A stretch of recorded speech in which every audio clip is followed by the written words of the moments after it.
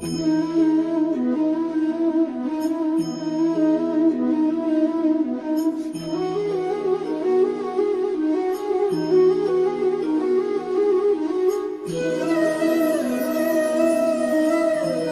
प्रिय शिशु, मेरे लाडले, तुम्हारे गर्भ में आने के साथ ही मेरा हृदय तुम्हारे लिए अपार प्रेम और ममता से भर गया है।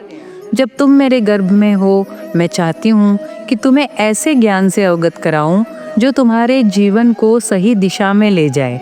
आज मैं तुम्हें भगवद गीता के 7वें अध्याय ज्ञान विज्ञान योग का सार समझाने जा रही हूँ। इस अध्याय में भगवान श्री कृष्ण ने अर्जुन के माध्यम से हमें परमात्मा, संसार और भक्ति के बारे में गहन ज्ञान दिया है।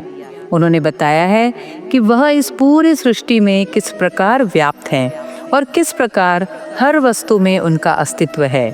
उन्होंने यह समझाया है कि कैसे हम संसार की माया से बच सकते हैं और भगवान की भक्ति और ज्ञान के माध्यम से सच्चा आत्म साक्षात्कार प्राप्त कर सकते हैं।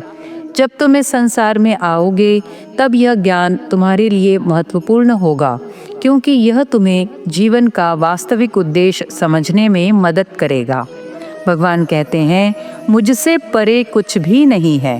यह संपूर्ण सृष्टि मुझ में गुथी हुई है, जैसे मोतियों का हार धागे में गुथा होता है। यहाँ यह स्पष्ट हो जाता है कि वे सृष्टि के मूल आधार हैं और हर वस्तु उन्हीं पर आधारित है। भगवान कहते हैं, मैं जल में स्वाद हूँ, सूर्य और चंद्रमा में प्रकाश हूँ, वेदों में ओमकार हूँ, आकाश में ध्वनि हूँ और मनुष्यों में पौरुष शक्ति हूँ। यहाँ भगवान अपनी सर्वव्यापी उपस्थिति का वर्णन कर रहे हैं, जो कि प्रकृति के हर रूप में विद्यमान है। वह इस पूरी सृष्टि में व्याप्त है और हर जगह उनके दिव्य अंश हैं। मेरे बच्चे, जब तुम इस संसार में आओगे तो तुम्हें यह समझना होगा कि हर वस्तु में भगवान का अंश है। चाहे आकाश हो, जल हो या कोई प्राणी हो, सब में भगवान का अस्तित्व है। यह ज्ञान तुम्हारे भीतर हर प्राणी के प्रति प्रेम और आदर का भाव उत्पन्न करेगा। ज्ञान और विज्ञान के महत्व को समझाते हुए भगवान बताते हैं कि हजारों मनुष्यों में से कोई एक मनुष्य सिद्धि के लिए प्रयास करता है और उन सिद्ध पुरुषों में से कोई विशेष मनुष्य ही मुझे मूल तत्व से जान पाता है।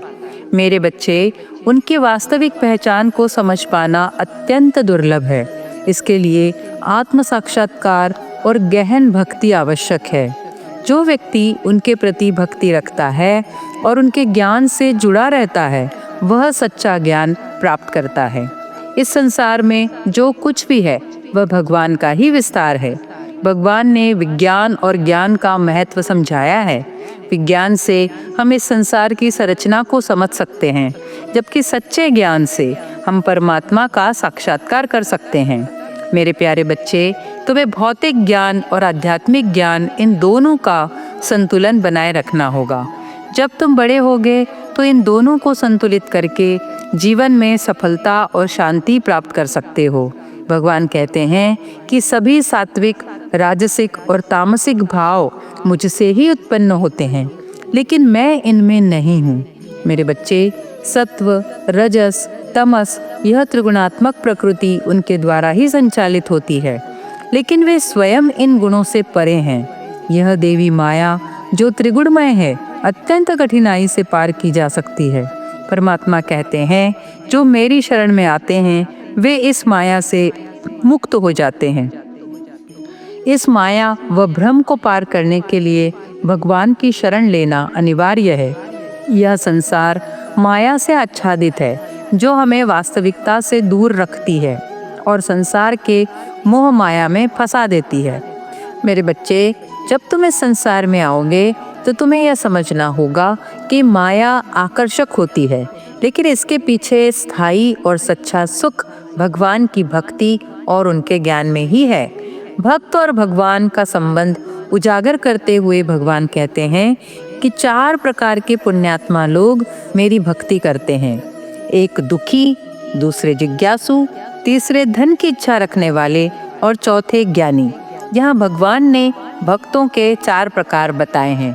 जिसमें ज्ञानी को सर्वोत्तम माना गया है, लेकिन उसका उद्देश्य केवल भगवान को जानना होता है।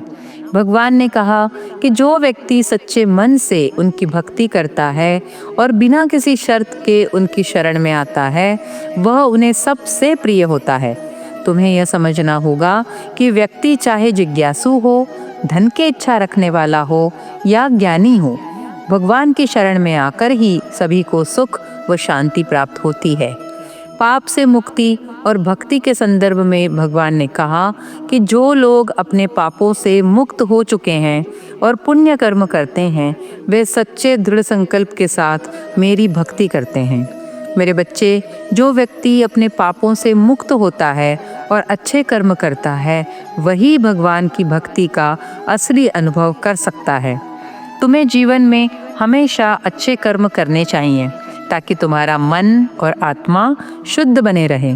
भगवान कहते हैं कि जो भक्त जिस जिस देवता की श्रद्धा के साथ पूजा करना चाहता है, मैं उसकी श्रद्धा को उसी देवता के प्रति स्थिर कर देता हूँ। अर्थात वह प्रत्येक भक्त की इच्छा अनुसार उसकी श्रद्धा को सशक्त करते हैं, चाहे वह किसी भी देवता की पूजा करता हो। भगवान कहते हैं, कई जन्मों के बाद ज्ञानवान व्यक्ति मेरी शरण में आता है, यह समझते हुए कि भगवान वासुदेव ही सब कुछ हैं। ऐसा महात्मा व्यक्ति अत्यंत दुर्लभ होता है। सच्चा ज्ञान और भगवान का साक्षात्कार केवल जन्म जन्मांतर के प्रयासों के बाद ही संभव होता है।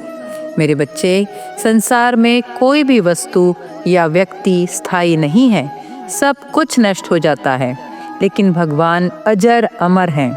हमें अपने मन और बुद्धि को भगवान में समर्पित करना चाहिए, क्योंकि वही एकमात्र स्थायी आश्रय है। मेरे बच्चे, जब तुम बड़े होगे तो ध्यान रखना कि संसार की अस्थायी वस्तुओं में सुख नहीं ढूंढना चाहिए। सच्चा सुख केवल श्री कृष्ण की शरण में ही है।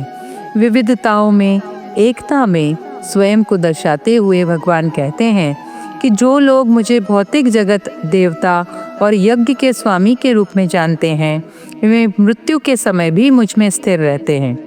जो उन्हें संपूर्ण रूप से समझते हैं, वे मृत्यु के समय भी उन्हें प्राप्त कर सकते हैं।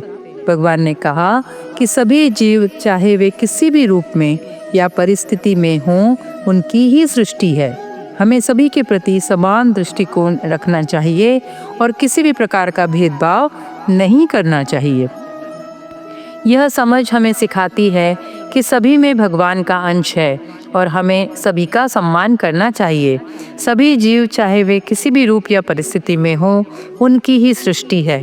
प्रिय बच्चे, भगवान श्री कृष्ण ने इस अध्याय में हमें यह सिखाया है कि वह इस सृष्टि की हर वस्तु में विद्यमान है और हर परिस्थिति में उनकी शरण लेना ही सच्चे सुख और शांति का मार्ग है। तुम्हें यह समझना होगा कि संसार की माया आकर्षक हो सकती है, लेकिन सच्चा सुख और शांति केवल भगवान की भक्ति और ज्ञान में ही है। जब तुम इस ज्ञान के मार्ग पर चलोगे तो तुम्हारा जीवन सुखी और शांतिपूर्ण होगा। मैं तुम्हारे साथ हर कदम पर रहूंगी और तुम्हें इस मार्ग पर चलने के लिए प्रेरित करती रहूंगी।